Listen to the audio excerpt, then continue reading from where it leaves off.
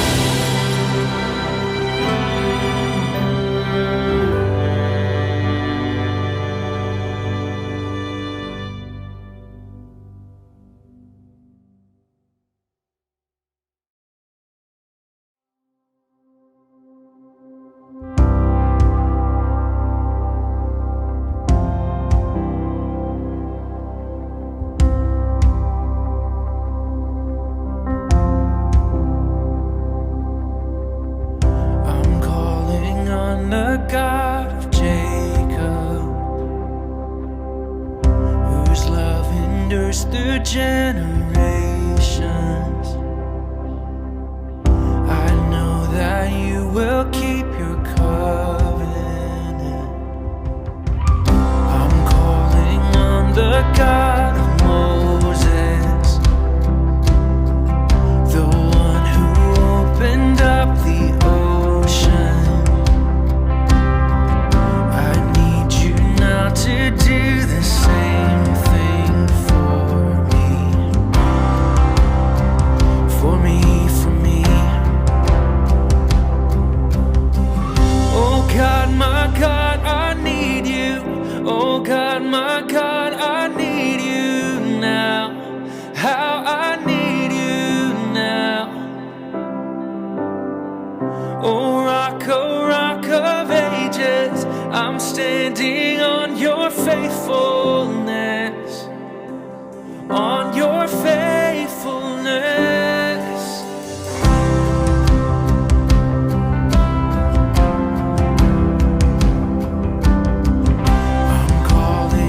The God of Mary,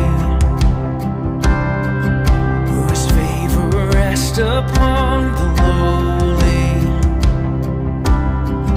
I know with you all things are possible. I'm calling on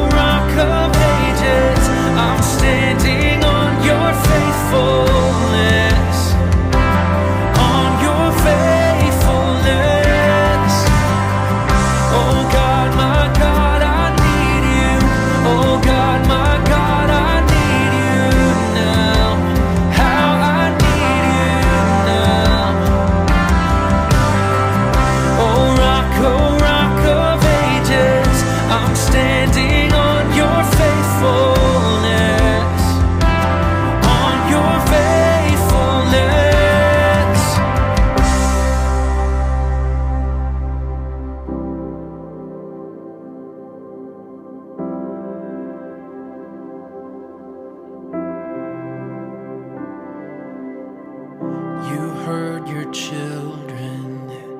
You hear your children.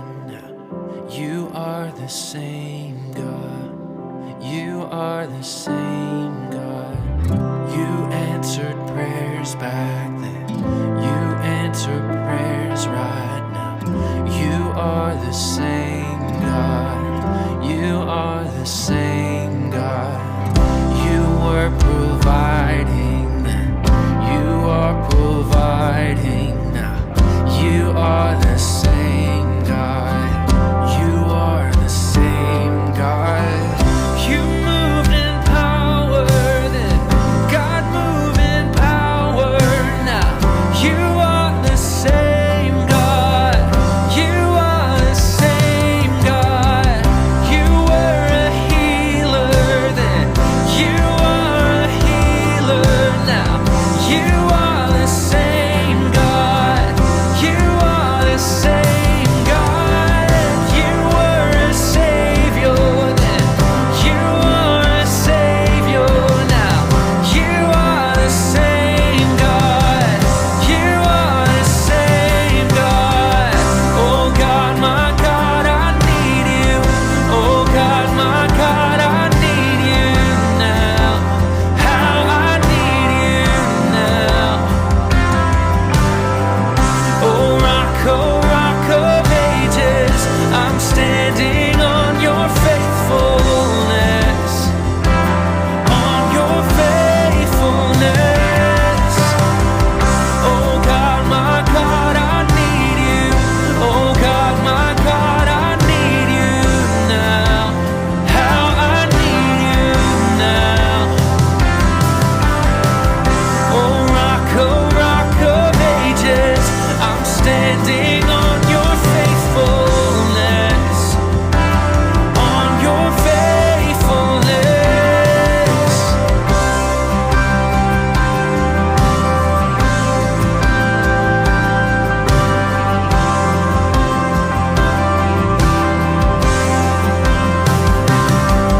You're the same God. You're the same God. You're the same God. You're the same God. You freed the captives then. You're freeing hearts right now. You are the same God. You are the same God. You touch the lepers then. I feel your touch right now. You are the same God. You are the same God.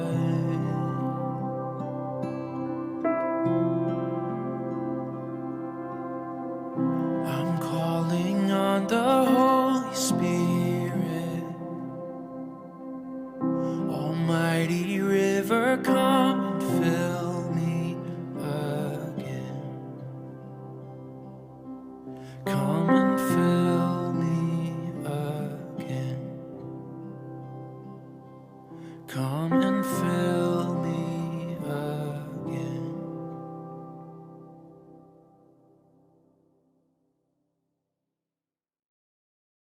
Well, it's great to again be with you, and we are starting a new series this week called Elijah.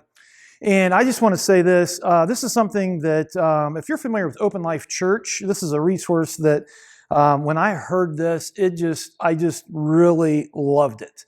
And it just really, especially, I shouldn't say especially, but today's teaching is very powerful to me. And so I hope it's powerful to you. I mean, it's very challenging for me. It really spoke into me in a place where I'm at right now in life. And I'm guessing that perhaps either you have been in one of these places or you're there now. And so I want you to just lean into this teaching with me, because I think you're going to find it very powerful as well. You may be familiar with a prophet named Elijah. He served in the northern kingdom. And if you remember, when we say northern kingdom, if we would think about back when Israel was a nation, under King David, King Saul, King David, King Solomon. They were a nation like the United States is a nation, okay? But after, if you remember the whole story, after David he died, passed the throne to his son Solomon. Solomon died, passed his throne on, and he had two sons that really went at it for the throne and was really going at each other. Finally, one of them took the throne, and the people of the nation came to him and said, look, we're willing to follow you, but you're going to have to lighten up on the taxes. Your father was very heavy on the taxes and some other things. He worked us really hard, and we're more than willing to follow you, but you need to lighten up. So this his son that had become king, he was young. He went to, and not that means that this is why he was wrong, but he went to his friends, his constituents, and told them what the people had said. And his constituents, gave him the counsel and said this: make it harder, make it heavier. And so he goes back to the people and he says, look, you thought my dad was heavy and hard? I'm going to be way harder than that. And so the people said, fine. And so remember, the nation of Israel was made up of 12 tribes, okay? And those 12 tribes were families, right? Lineages, tribes. Combined together, they made up the nation of Israel. 10 of those tribes said, we're out. And they went to the north and formed the northern kingdom. So the nation of Israel literally split. 10 of those tribes went to the north and formed the northern kingdom. 2 of those tribes went to the south and formed the southern kingdom. Now, during this time of the northern kingdom, they had 19, now listen to this, they had 19 consecutive wicked kings. 19 consecutive wicked kings. They got into all kinds of idolatry, worshiping other gods, all this other stuff. All these things that just made Yahweh, our God, detested. And so there was one king by the name of Ahab and his wife Jezebel. You may have heard of Jezebel. She's considered the most wicked woman that's ever lived, that's ever been talked about in the Bible. Okay? That's her reputation, and they were very wicked.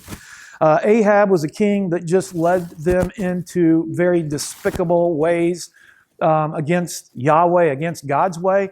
They, again, worshiped false gods. They, especially 2 of them were called Baal and Asherah. And one of them was a fertility god, and the other one was these false gods that, and according to their beliefs, these gods would demand them to sacrifice their children. Literally. If you've seen the movies, Indiana and the Temple of Doom, or Indiana Jones movies, I should say, and you saw some of that where they would unearth, like they would see these skeletons of children and things like that, or in one of those movies they were actually going to sacrifice their children. That's exactly what took place. That was real. That is exactly what happened in the northern kingdom, and especially under Ahab. And God detested this. God detested children sacrificing, of course. They would also go into the temple and have sex with prostitutes and consider that worship. Detestable. Completely the antithesis of how Yahweh wanted them to live. And so there came a point, again, Ahab was king at the time, Jezebel was his wife. There came a point where God said, enough is enough. This is it. Enough is enough. And so God doesn't really send in an army at this time. He doesn't send in this big flashy miracle. He doesn't have this big showdown with the people, but instead he calls one man. He calls a prophet by the name of Elijah. And remember, prophets only showed up on the scene when things were not going well. When God wanted, because God was communicating to them through these prophets, and God was saying, enough is enough. You got to stop, or something bad's going to happen. I'm going to make something, I'm going to punish you. And if you keep going, you're going to get punished. If you stop, then everything's okay. And so he would speak through these prophets, because how else would they hear? Everything was just off the rails. The religious system, everything was just off the rails, as you can see. So God raises up this guy by the name of Elijah. And Elijah, what's very interesting about Elijah, he was just one man. And God was going to do something through this one person, okay? And when you look at Elijah, when you first look at his name, It means my God is Jehovah. If you would break his name down into Elijah, it literally means my God is Jehovah.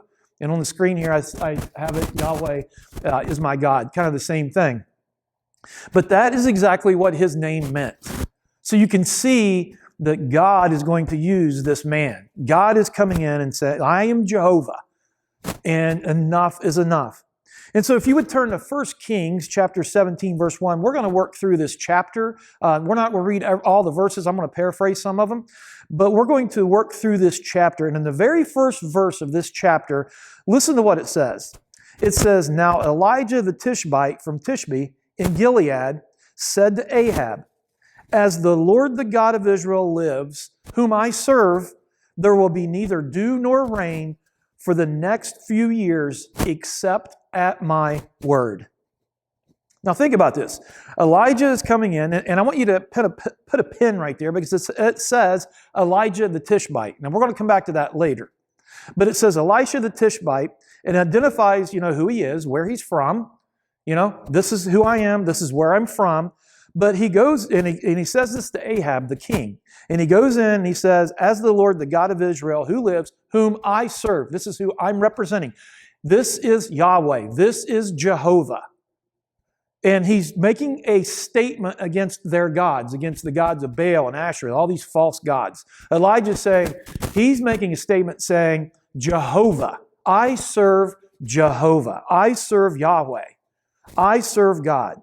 And he says this, for the next few years, it's not going to rain. You're not going to have any dew. It's not going to rain. Now, this is very key because what Elijah is saying is this. Elijah is saying Jehovah is going to cripple your economy. And in those days, that's what they lived on. I mean, very agricultural. That's what it was, very agricultural. So you can imagine without rain, this drought, without rain for, the next few years until Jehovah moves and speaks through Elijah and says, okay, it's going to rain again. Elijah's saying, no more, which meant it was literally going to cripple their economy because they depended on rain so much, which means, like in our time, it would mean banks would shut down, but you couldn't even withdraw your money that's already in the bank. I mean, it would have literally shut down the economy. I think you can relate with this, and I don't want to spend very much time on this, but back during when we had the shutdowns with COVID for 2020, and we all felt that, how odd it was, although we still had some restaurants open, a few you could dine outside, but the grocery stores were still open, and some other things like that were still open. Here, they would have had absolutely nothing. So you and I kind of felt a little bit of that back in 2020 when the schools and everything else shut down. We felt a little bit of that and how it affected our economy. We saw that. But this would have literally crippled their economy. This would have shut literally everything down. And Elijah's saying, enough is enough. Jehovah's speaking through Elijah, and Elijah's saying, the God I serve, the creator of this world, is saying, you're not even going to have rain for the next several years, the next few years. And then something really odd happens. So Elijah comes in, he identifies who he is and who God is, but then something, so God raises up this man. God raises up this man to do something. God raises up this individual to go in and to speak His word, to go in and to make a difference, make an impact, show, vastly different. Just like He's calling you and I. Just like He's calling you and I to be in our world, where we might be that one that's different within our occupations, that's different within our schools, where we stand up. It's different we're different on the sports team, where God wants to get the attention of some others within their lives. God was using this man, raising up this man, just like He wants to raise up you and I, just like He wants to raise up men and women of today, His children, raise them up to do something for Him and to be able to be a conduit through them. But something really odd takes place, or so it seems, if you think about it, in this story. He begins to shape Elijah. Okay, so Elijah comes on the scene. God is saying enough is enough. It's not going to rain. And then He takes Elijah and begins to shape him. So there's no showdown. There's no flexing of the muscles. There's no, thunder and fire and brimstone and all this other stuff coming in where God's, now we're going to see a little bit of that later, which is not a spoiler alert, or should say spoiler alert, as we continue on in the life of Elijah. But you would think something would happen right then and there. But that's not what happened as we read the story. God then takes Elijah and begins to shape him. And it's really interesting how he begins to shape him. And it's kind of odd, I will say that. It's intriguing though. Because in verses 2 and 3 of that same chapter, chapter 17, it says, "Then the word of the Lord came to Elijah, and he said this, 'Leave here, turn eastward and hide in the Kereth raven east of the Jordan.'" That word Kereth, it literally means to cut off. It literally means, in the translation, it literally means cut off, meaning from the blessings. It means, or cut down. That's what that word literally means when you translate it. So what's interesting is God is telling Elijah, I want you to go to the Kereth ravine, and I want you to stay there. And this is what takes place now. Elijah is becoming, if we could say it this way, he's becoming isolated. God's going to do a work in Elijah, but what's really interesting, he's cutting Elijah off. He's cutting Elijah off like from people. He's cutting Elijah off from what he knows. He's just cutting him off and taking him to, we could probably say an isolated pain, a place of isolation where things that we depended upon, things that we went to, things that gave us life and sustenance, is being stripped away. They're no longer there anymore. Things we used to lean on. Things that they were our security. Things that were our rock. It could be a relationship. It could have been finances, like say with us. It could be a multitude of our jobs. It could be a multitude of other things. It's those things that we go to. Those things that brings us pleasure. Those things, and they may not be wrong. That's, in this situation, it's not that Elijah was in sin or anything like that, but God was beginning to do a work in him, and he took him to this place called the Kereth ravine, and he begins to strip away all those things that Elijah knew. And it was just like mano a mano, just him and God, him and Jehovah, him and Yahweh. And it's like, it's like you and I, and again, hear me on this. I don't believe God causes things to happen, painful things to happen within our lives, but God uses those things. They have a purpose sometimes, those painful things. That's why I can relate with this so much, because there's something that I'm kind of going through and I'm really struggling with it. I feel like I'm in my Kereth ravine. I feel like that's where I'm at. And I'm fighting that. Because we don't like that. I don't like displeasure. I don't like things being stripped away from me. I don't like the thought of abandonment. I don't like that. Whatever it is, relationships, things, go-tos, the pleasures, the things I might get my strength from. But that is exactly what we see God doing within the life of Elijah, kind of stripping those things away. And it's painful. That stripping away is painful. Again, I'm not saying God causes it, but he uses things. And some things he does kind of remove. But God is using, and it's the same thing that we see here in Elijah, where he is in that his Kereth ravine. And you may be in your ravine right now. You may be going through something right now where, things that you leaned on at once are just kind of, they're gone. They're gone. Maybe God is working in you and wanting to do something in you. There's a quote by A.W. Tozer, and it says this: "It is doubtful that God can bless a man greatly, or a woman. It is doubtful that God can bless a man greatly until he has hurt him deeply."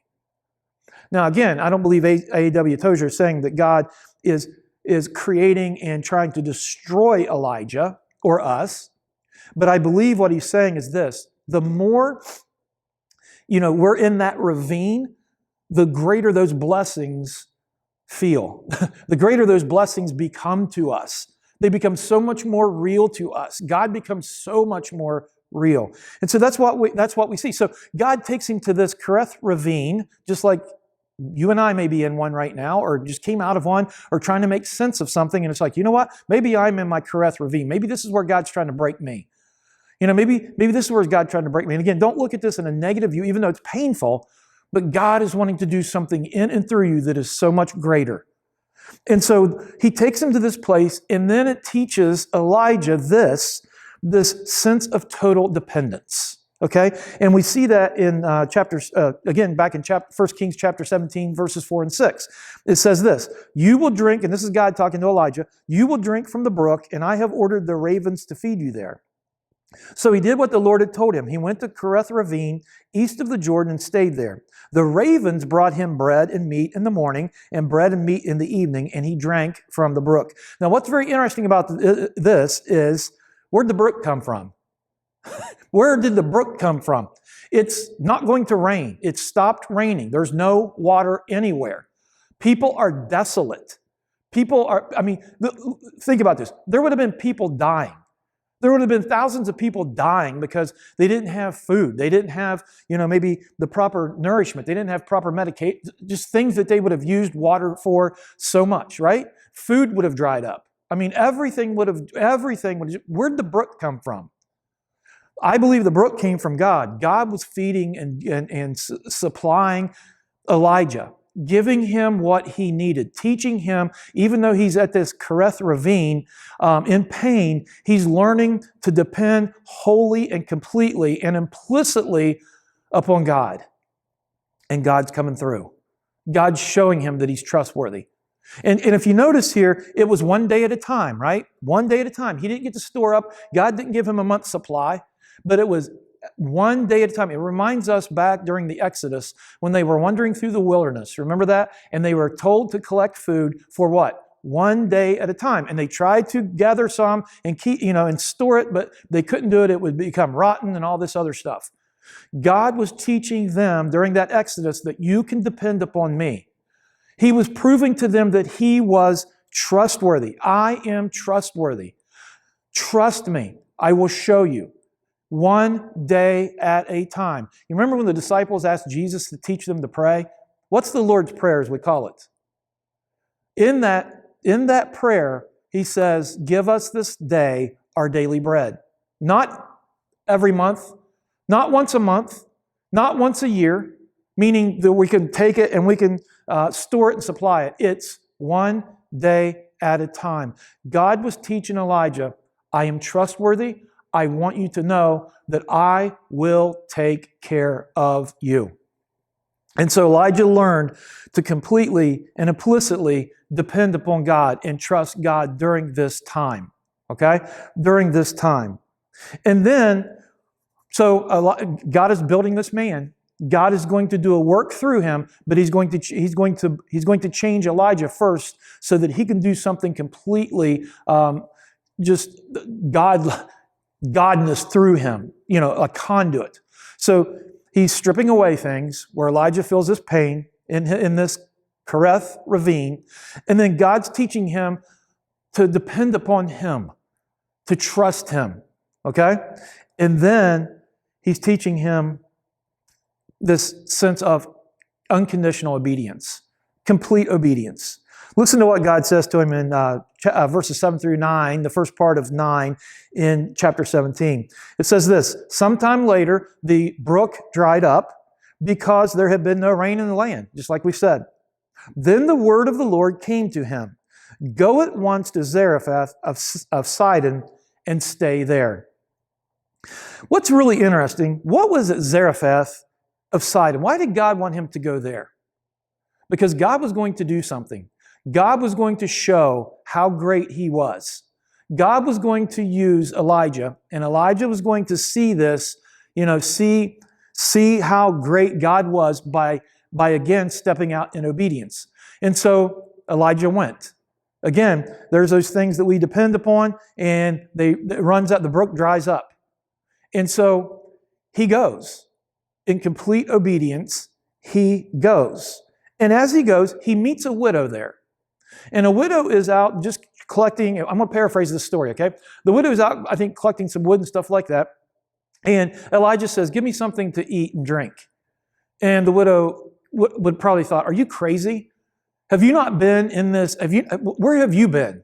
Have you not been experiencing this? Have you not been experiencing what's taking place? Look, man, I've got a little bit of flour and I've got a little bit of water, and that's all I've got. And I've got a son. So she's a single mom, a widow. She has a son that she's trying to provide for as well. And she says, this is all I've got. And Elijah tells her, go make something, do something with the flour. And she said, I just had oil, a little bit of oil. And what happened was, as they went, she trusted, and the flour and oil never ran out. Her supplies never ran out. And so here we see God moving. Here we see God moving through Elijah with this complete sense of obedience of what Elijah's doing. So God is creating this person, okay? God is creating this man and who he wants him to be. Again, another story within this same chapter, this same widow, her son passes away. Her son dies unexpectedly. Absolutely rocked to death, as anyone would be. Her son passes, and she is absolutely wrecked. She comes to Elijah, and she says, Elijah, my son, and again, I'm paraphrasing, my son has died. Can you do something? So Elijah goes, he takes the son who is dead, takes him up to another room. It sounds like it was like upstairs or something. I don't know how big this hut was or whatever she lived in. But nevertheless, he takes him to another room. He lays him down, and Elijah lays over top of him, and God raises this son, resuscitates this son from the dead. God again demonstrating how huge he is. But Elijah doing what he knew to do. Elijah being completely and unconditionally obedient to what God was telling him to do. What's really interesting is this happened only because of who God made Elijah to be, starting clear back at the Kerith ravine. That's where it all started. This is where God started transforming Elijah in his pain, teaching him dependence. And then now it's this sense of unconditional obedience, right? Only through that pain and going through that process that God changed Elijah. Now remember, I want to say this. He is now known not for who he is. Remember when I said in that very first verse, put a pin right there? Because in the very first verse, what did it say? Elijah introduced himself to Ahab, and he says this. Let me remind you. Now, Elijah the Tishbite, right? He was the Tishbite from Tishbe in Gilead. That's how he introduced himself. This is who I am. I'm the Tishbite from Gilead. Okay? Tishba in Gilead. Now he is known not where he's from, but now Elijah is known for who he is, who God has transformed him to be. Look at verse 24. So in verse 24, it says this. Then the woman said to Elijah, after he raised her son from the dead, she said this, now I know that you are a man of God and that the word of the Lord from your mouth is truth. Elijah is ready for ministry. Elijah is a changed man. He is no longer Elijah the Tishbite. He is a man of God. What a way to be characterized. A man of God, a woman of God, a daughter of God, a son of God. Are we just who we are? Are we here to just live our lives the way we want to live our lives? Or does God want to do something powerfully in and through us that only he can do? And it's something that he has in mind. Not that we have in mind, but that he has in mind. And maybe you've been there. Maybe you've been in your Kerith ravine, right? Maybe you've been there in that. Maybe you're there now and you have this pain, you have this sadness, you have this, whatever it is, this fear maybe. But instead of staying there, maybe we need to think about it and think, maybe God has a purpose for this. Maybe God is using this. Maybe God is allowing this to happen because he wants to do something in and through us. Maybe he is beginning this transformation process through me now.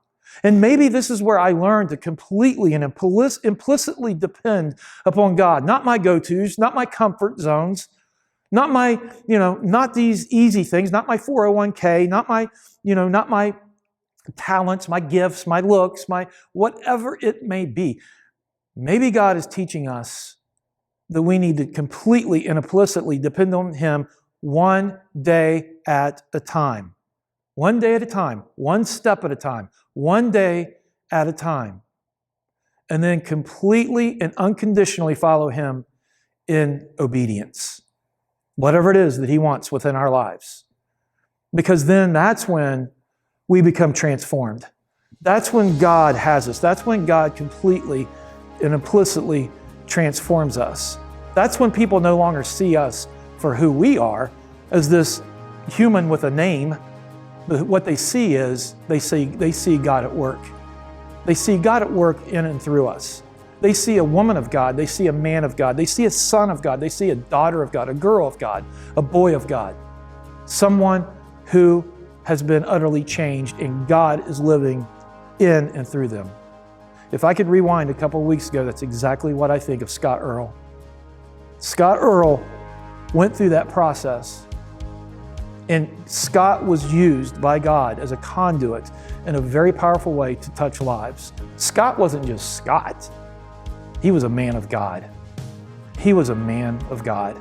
And people felt that knew him. Students felt that knew him, because that's who Scott was, a man of God. Revisit this story this week, would you? Revisit this story and think about that. Are you in your ravine right now?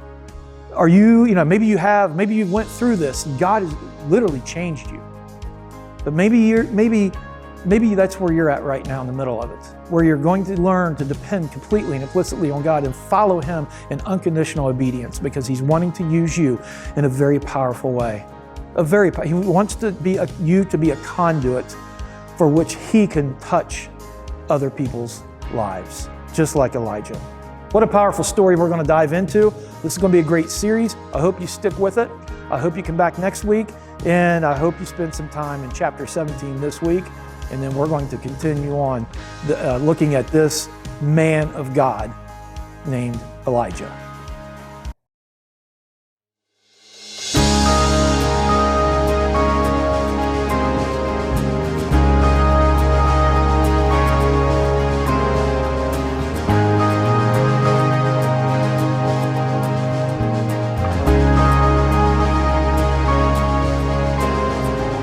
Just one word, you calm the storm that surrounds me.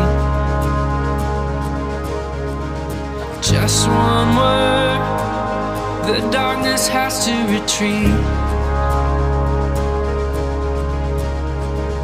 Just one touch, I feel the presence of heaven. Just one touch, my eyes were open to see. My heart can't help but believe. There's nothing that our God can't do. There's not a mountain that he can move. Oh, praise the name that makes a way. There's nothing that our God can't do. And just one word, you heal what's broken inside me. And just one word, and you revive every dream. Just one touch, I feel the power of heaven. Just one touch, my eyes were open to see. My heart can't help but believe. There's nothing that our God can't do. There's not a mountain that he can't move. We praise the name that makes a way. There's nothing that our God can do. There's nothing that our God can't do. There's not a prison wall he can't break through. We praise the name that makes a way. There's nothing that our God can't do.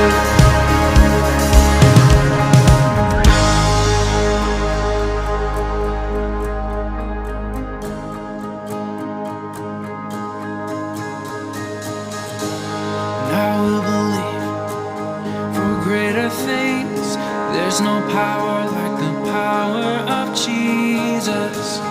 Let faith arise.